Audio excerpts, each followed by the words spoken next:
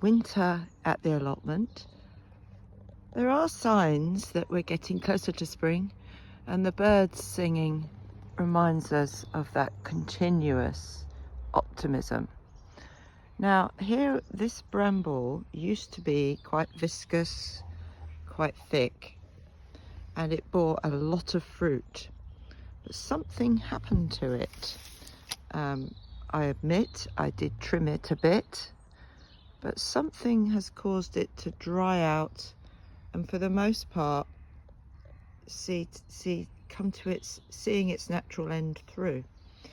So I'm keeping the roots in to see if it will replenish, but I'm also creating a dead hedge and to some extent a live hedge. So the dead hedge comprises of the chopped off dead pieces of bramble, allowed to rest horizontally to create a little boundary here, and a habitat for wildlife, of course.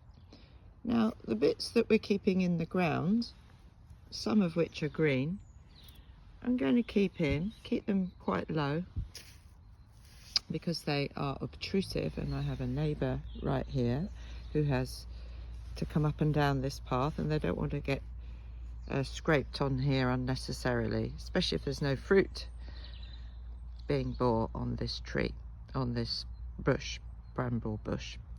So I'm going to bend some of these pieces over. That piece I've already done, just bending it, keeping it in its rootstock, bending it over like you do with willow, and see if we can create a hedge that way. So that's what I'm doing with the bramble.